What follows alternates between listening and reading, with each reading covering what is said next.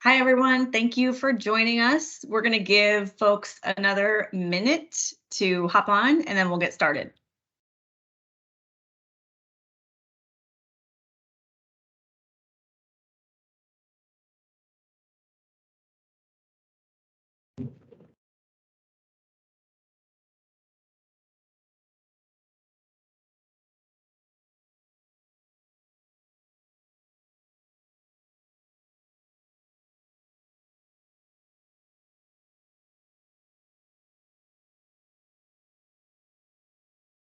If you're just joining, thank you very much. We're giving people another 30 seconds to log in and join us, and then we will get started.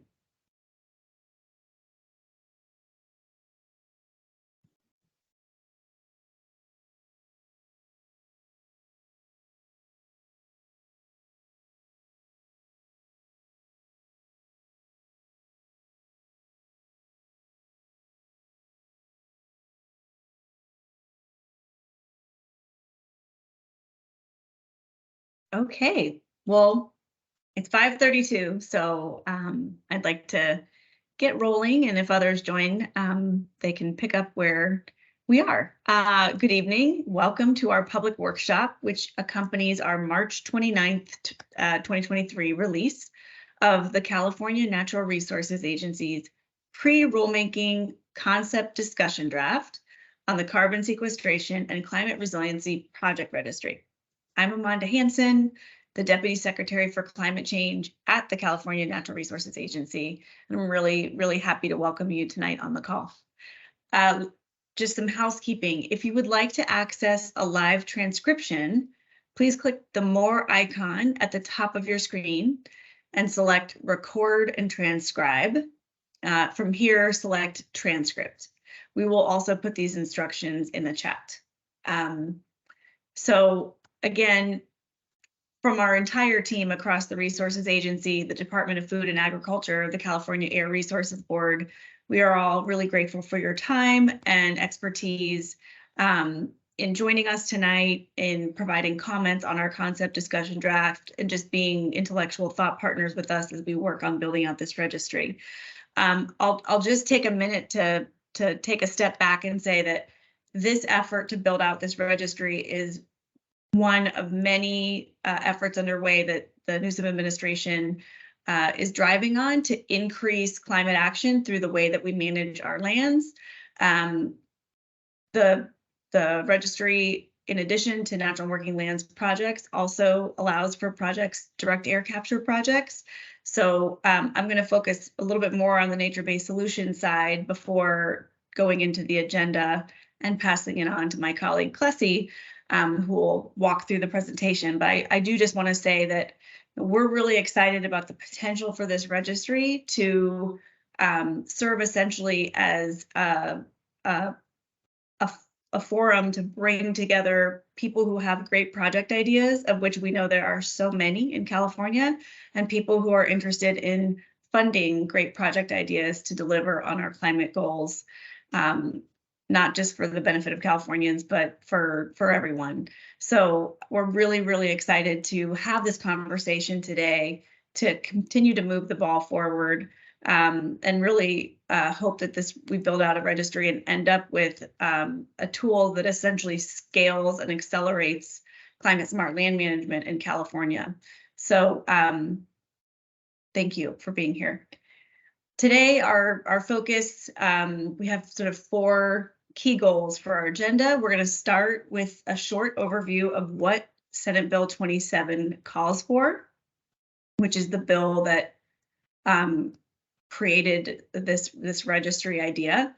We're going to walk through the concept discussion draft and its appendices, but we're going to spend the majority of our session in Q&A to essentially take your temperature on some of the questions that we've raised in our discussion draft to help support your development of comments on that draft. And finally, we're going to provide some information on next steps. So without further ado, I'm going to pass it on to my colleague, Clessy Bennett. Thank you.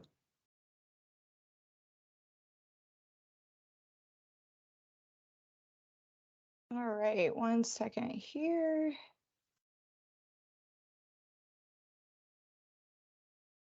All right, thanks, Amanda.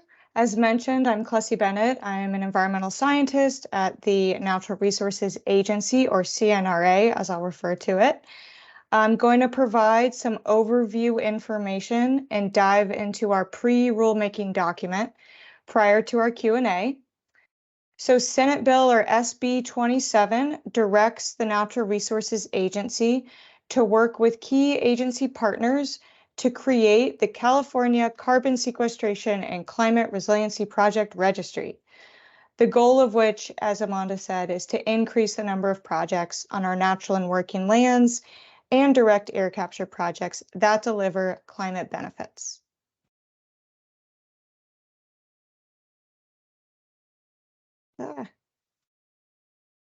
The bill makes clear that the registry can host nature-based climate solutions, such as those listed on this slide, as well as direct air capture projects. The registry will be housed on a public website where we want users to easily identify projects in need of funding and understand the benefits that these projects will deliver. And this slide just illustrates one way, a static way that we could do this. So as we build out this registry, we're guided by 3 overarching key principles. They are to deliver on our climate goals, accelerate implementation and investment, and to add value. So I'm going to spend the next few minutes walking through how projects are listed on the registry at a high level over the next few slides. Projects can be listed in 2 ways.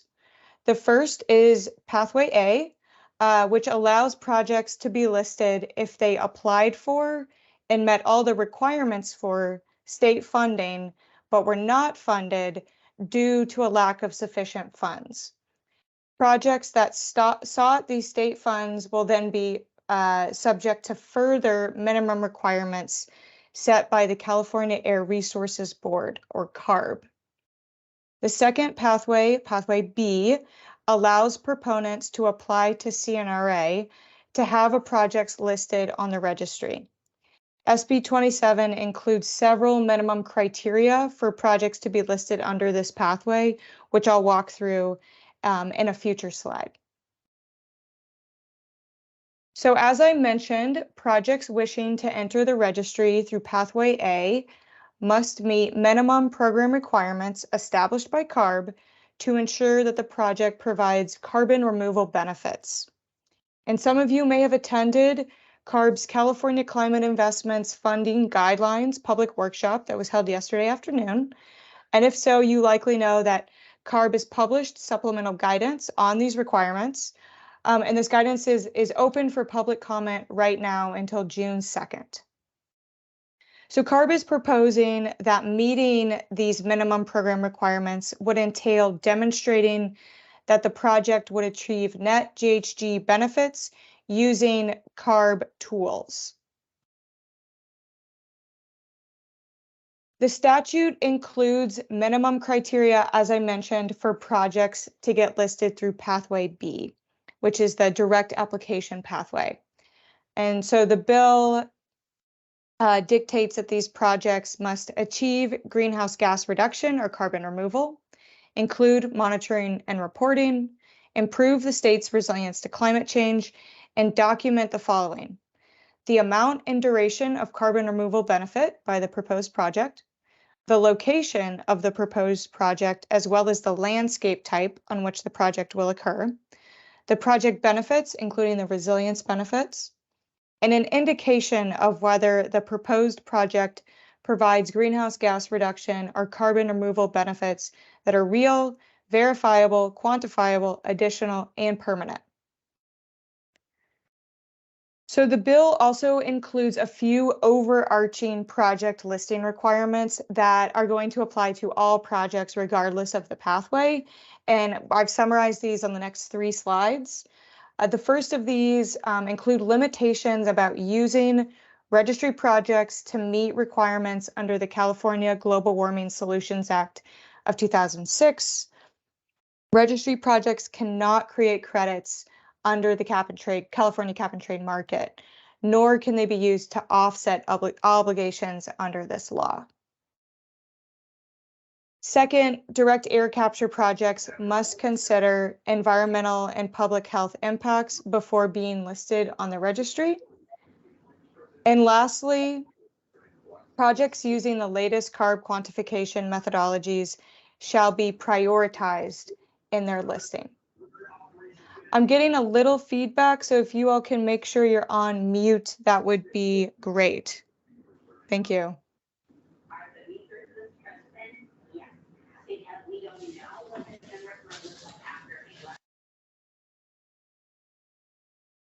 All right. Sorry about that. So suppose a project has successfully completed either Pathway A or Pathway B and is now listed on the registry. If that project is funded, the project listing is retired and the benefits are tracked through monitoring and reporting data that is shared by the project proponents. And the bill then requires CNRA to track the carbon removal and greenhouse gas emission reduction benefits from all of the projects funded through the registry. Next, we're going to walk through the concept discussion draft, which contains the following sections listed on this slide. And I just want to emphasize that your answers to the questions that were posed in this concept discussion draft will really help us craft an effective regulation and a successful registry. So we really appreciate any feedback that you have on this draft. So I'm actually going to switch my screen share for just a second.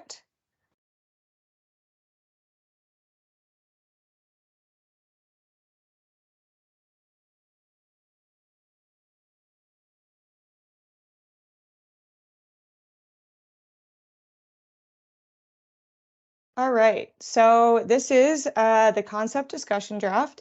It opens with an introduction on the importance of California's natural and working lands, the relevant policy environment, and the registry development process to date. And I'll just scroll through some of these sections so you can get a sense for what I'm talking about. So next we have a high-level summary of SB 27, and this is followed by our vision and our policy goals for the registry, as well as brief descriptions of the two major components of the registry. That would be the website and the regulation.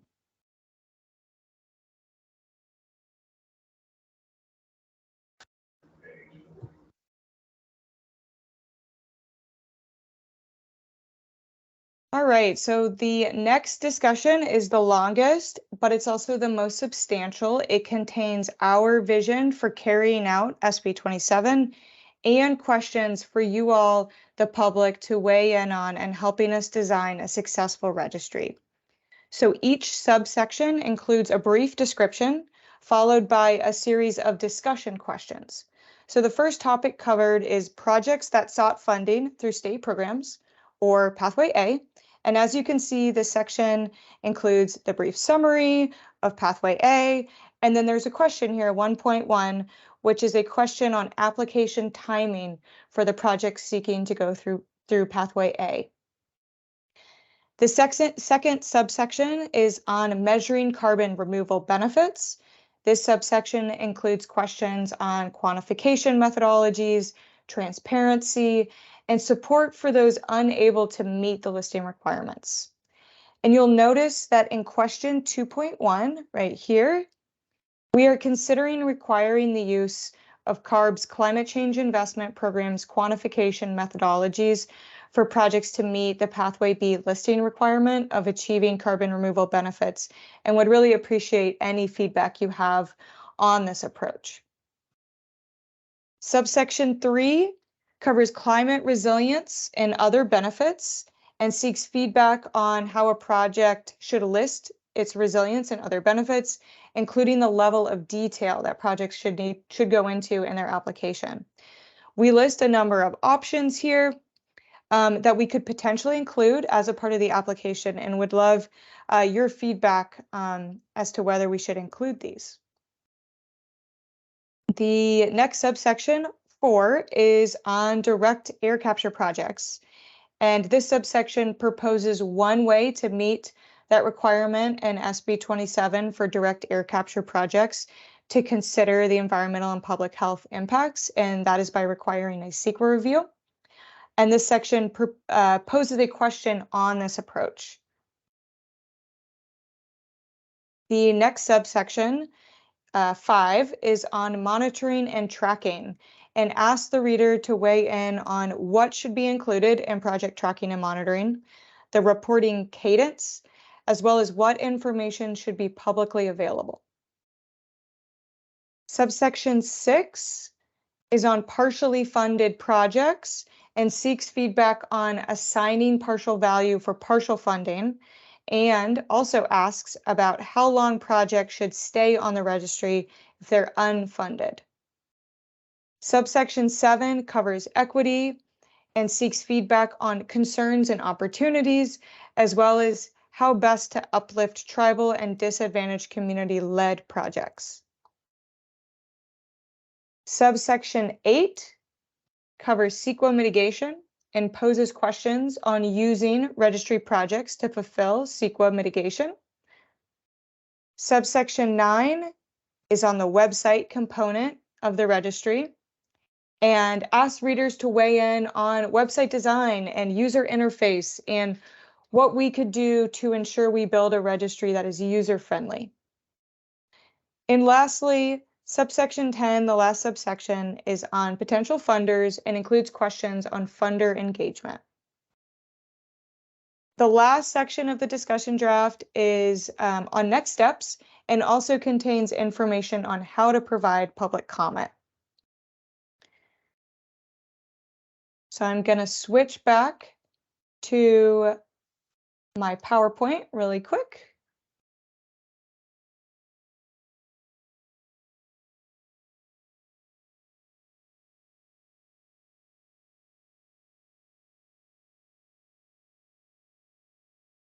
All right.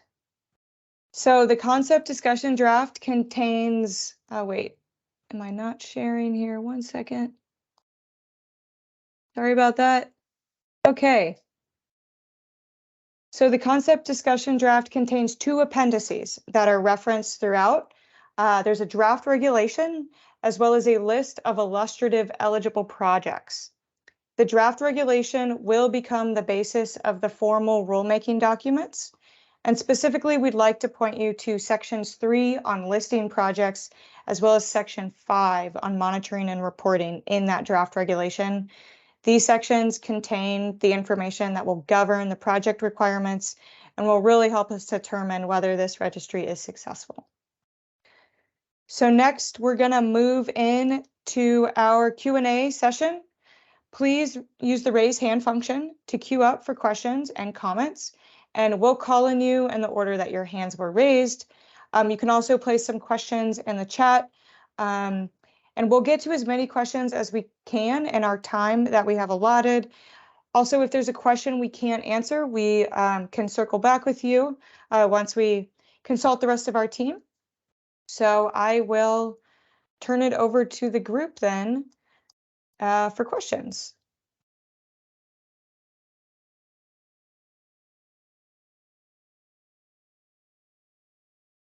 I see that there is a question in the chat about whether this is being recorded.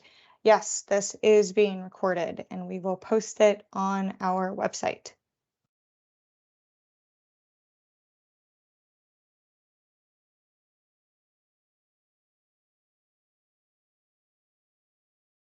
And if you, oh, there we go, Michelle. Feel free to unmute yourself. Oh, can you hear me now? Yes. Okay, great. Sorry for the background noise. But I had a question. You're talking about the pathway B and whether to use ARB's, requiring to use ARB's quantification methods. And so one thing I'm hoping is that the registry is open to include projects that may be at a larger scale, like a county scale, like a county climate action plan, and that be considered a project. And so if that's the case, My guess is that at least right now, there isn't a quantification methodology available at ARB. I know DOC has something that, could be potentially be used for county scale accounting. And so one thought is to include some language around agency approved methods. And so then it allows for state agencies to approve a quantification method or, something along those lines. So it doesn't foreclose other opportunities and thinking a little bit bigger.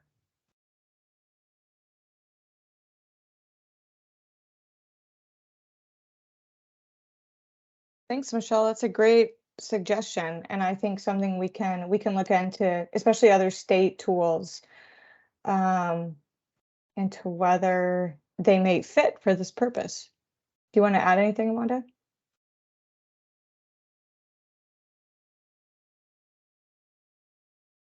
Okay, I see another comment in the chat. Will email comments and questions be weighed or considered equally with verbal questions here? The doc is very detailed.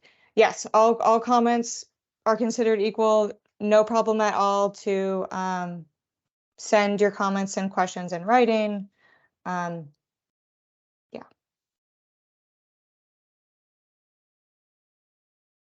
Yes, and looking forward to hearing the detailed opinions and advice. We're excited to read that.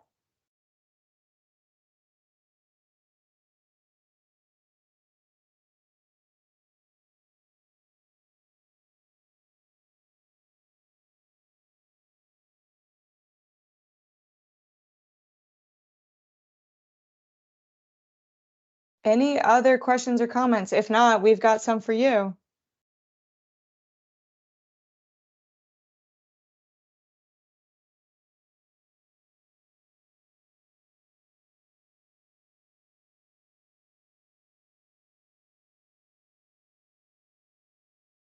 Okay, I'm gonna pull up my questions. All right. First, I would love if anyone else would like to chime in on this idea of using CARB's quantification methodologies to meet that listing requirement and pathway B around being included on the registry. Those are the same tools that are being required as of right now for pathway A. I really appreciate Michelle's comments on that. Does anyone else have any thoughts about requiring the use of CARB's quantification methodologies to understand those carbon removal benefits of projects?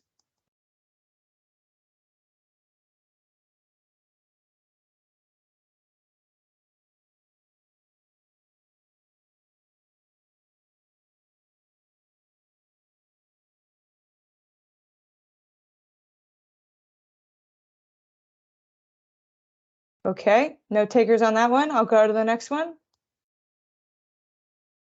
Any thoughts about what we should include in monitoring and tracking? This is pretty open. We didn't put a specific recommendation forward in the discussion draft, and are very interested in understanding what you all think this monitoring and reporting should entail, recognizing that there's a wide variety of projects that could be listed here. And I do want to recognize there's a comment in the chat for my first question is definitely approve of that approach of using CARB's QMs as long as CARB updates it to reflect multiple years of benefits.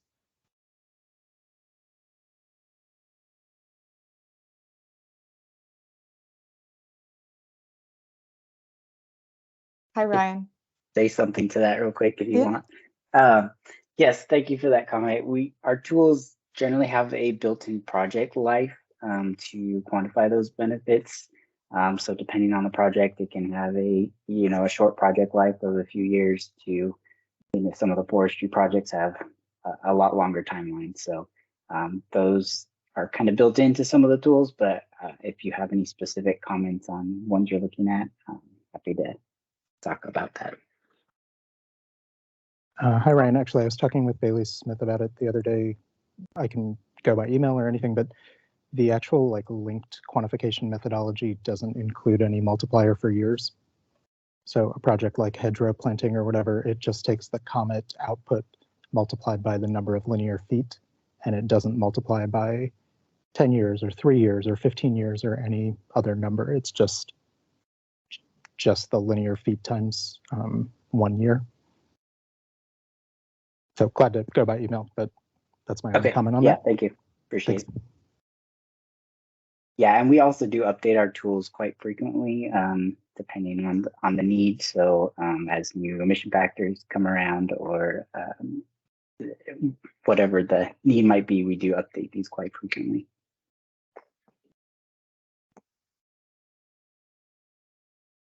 Thanks, Ryan. Thanks, Anthony. Any thoughts back on my monitoring question about monitoring requirements that could work across multiple project types?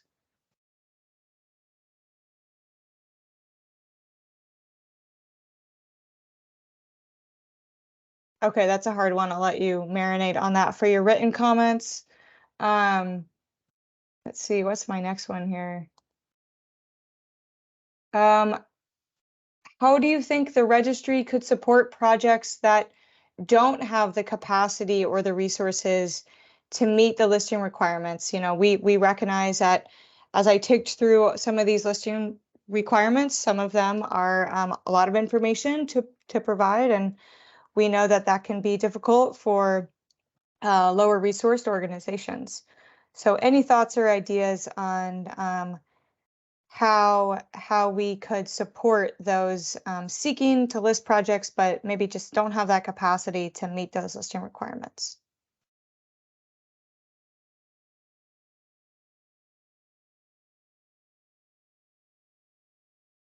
Hey, Clessy, this is Sarah Campy. I Hi. have no, I mean, I'm coming from the Sierra Nevada forest world, so of course all of my things have that filter and probably don't apply statewide, but I do, in answer to both your monitoring question and then additional support, what comes to mind for support is there's this regional forest and fire capacity program. It's narrow, but I think that funding is diverse and it's being applied in different ways. And there are some organizations that I think are contracted to help provide technical support at statewide scale. So it just might be worth poking into that and seeing if there could be some sort of complement around,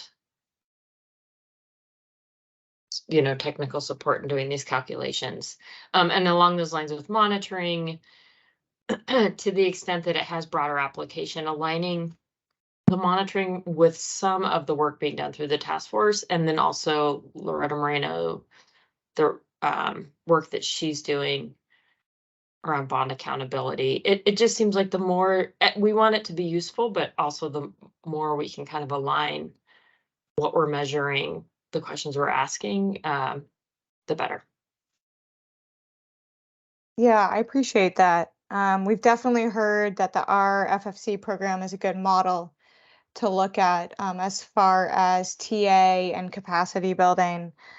And I'll definitely follow up on those other ones. That's a good point about, you know, are we asking the same questions of folks in just different arenas and making sure we can align that. That's great. Thank you. Anyone else want to chime in on monitoring or any of the other questions? Also note that Bailey did add a comment in the chat that CARB is happy to revisit appropriate project life and are specifically looking into this now for the healthy soils quantification methodology. I see a hands up, Dan. Thank you. Since you're not getting flooded with questions, I thought I might Please. maybe go in a slightly different direction. Sure. And I come at this world. I don't come from the same pedigree as some of you, but in reading the statute, it speaks of part of the documentation is to have a determination that the benefits the removals are real, verifiable, quantifiable, additional, and permanent. And then it goes on to say there's going to be a determination made about all those factors that's going to be verified by a third party accredited by the state. And I'd love to hear just, have you double click on that a little bit and share some of your observations about how that's going to work. And I guess part of what informs my question is that I certainly have been watching the vigorous rancor out there in the world around the quality of natural carbon solution credits, and a lot of questions about that. Excuse the dog. A lot of questions about that, and I'm just wondering how this registry might fit into that whole debate. Great questions. One clarification I want to give on that part of the statute that talks about real, verifiable, quantifiable, permanent, and additional. I definitely got this in the wrong order, but the statute, the way that we interpret it is projects will have to indicate whether they wish to go through that third-party verification to be able to say that the benefits are all of those things. It's not a requirement to be listed on the registry to go through a third-party accreditation. So just one small nuance in the bill. And we are still working internally with the Air Resources Board on what that third-party accreditation entails. So I can't speak too much about it right now, but it is something you'll see reflected in our next set of documents that come out for public review. There's a lot of in-depth legal work that needs to be done in the regulation creation to make sure we are in alignment with other verification done at the state. I hope that answers that part of the question. It is very helpful. Thank you. Great. And as to the second part, with some of the concerns around the voluntary market and carbon credits, I just want to clarify that projects here are not specifically creating or certifying any type of carbon credit like you would see in the voluntary market. This is more of a platform that connects projects in need of funding with potential investors. And as you could probably see through the discussion draft, if you've gotten in there, that may be philanthropy, that may be those seeking CEQA mitigation, those with other environmental goals, local governments with climate goals, and more. Amanda, do you want to add anything? Okay. Thanks, Dan, though. The great questions. Thank you.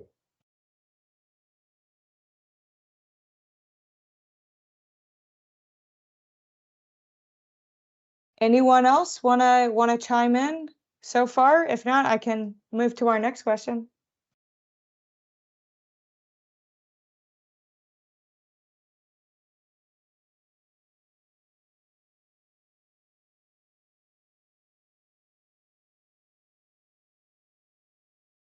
Okay, so my next question is about resilience, and it's what information should applicants provide to enable funders to evaluate the project's ability to improve resilience to climate change? So if you remember, for Pathway B, projects have to improve the state's resilience to climate change. And so we're curious to know what you think the type of information that we should provide for funders really to make that clear determination.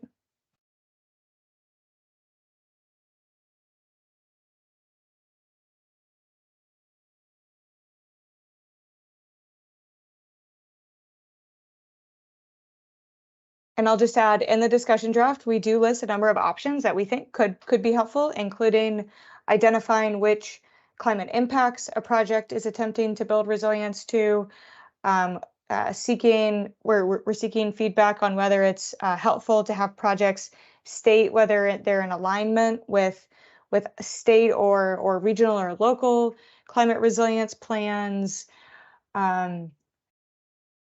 We also have considered requiring projects to state where they align with the state's overarching climate resilience priorities, which are contained in the California Climate Adaptation Strategy.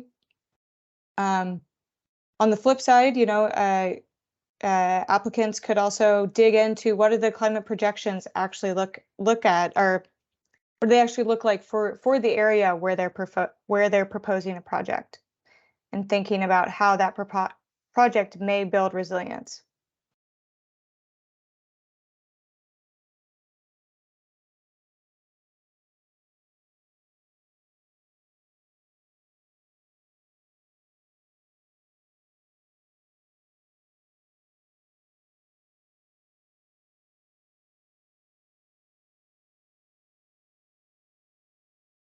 Okay, if there's no thoughts there, I'll move on to my next one, which is on direct air capture projects.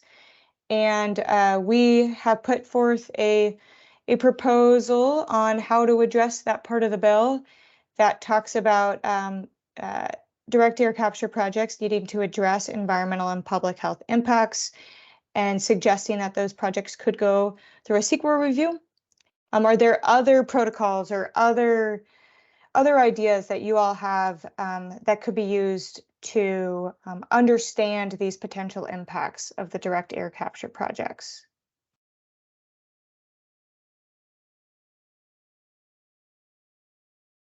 I see there's a comment in the chat, and I believe it is on my resilience question. It says, for nature-based solutions, and I'm assuming you're talking about project proponents, could identify vulnerabilities to performance and how they will mitigate those, and that these would be project specific.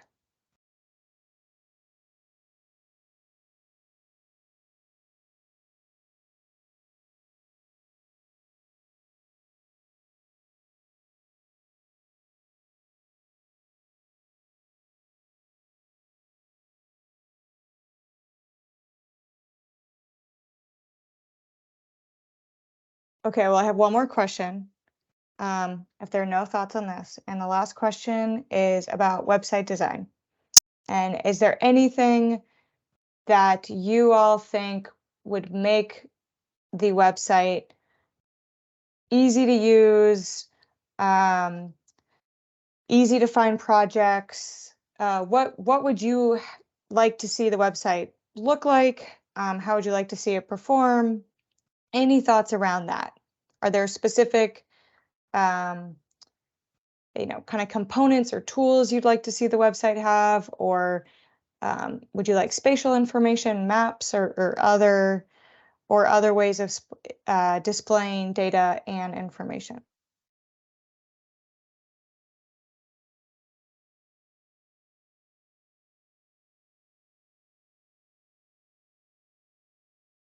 This is Sarah again. I think spatial data or maps, some way of being able to visualize where these projects are, is important.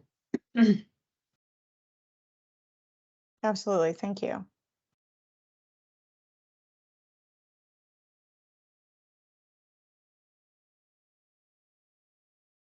Anyone else? Thoughts on website design or user interface?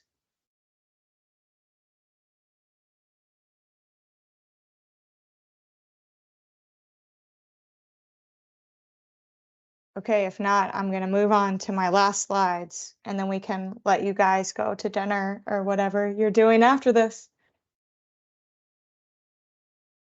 Okay.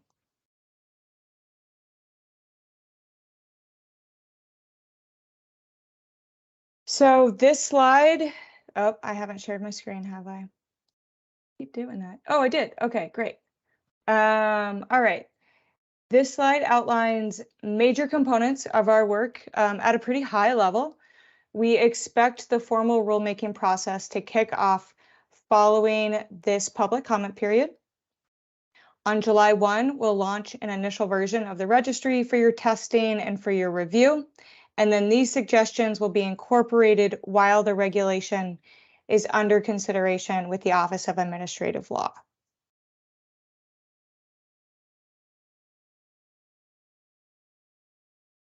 We would be really grateful for any input you have on our concept discussion draft by May 30th.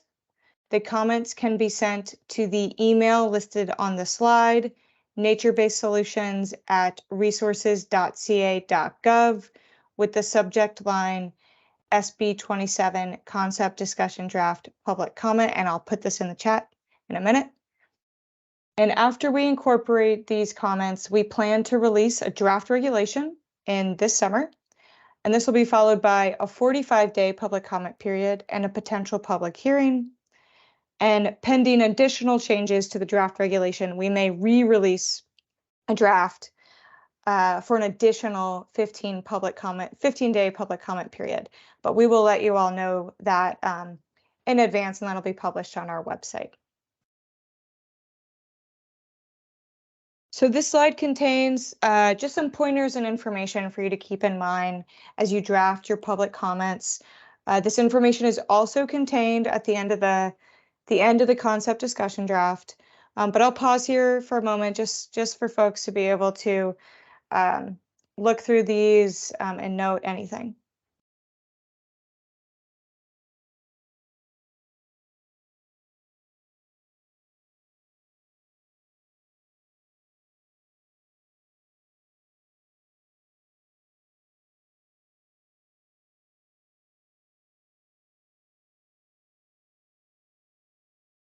All right, thank you for attending this workshop. Please visit the link on this slide for updates on the project. This is where we'll post public documents, all the deadlines, any upcoming hearings or other workshops. It'll all be posted on this website. And for questions, again, feel free to email us anytime at our naturebasedsolutions@resources.ca.gov email address. Again, so thank you very, very much. And I will put what I said in the chat now. All right, everyone. Have a great evening and hope to see you in the future and hear from you in your comments.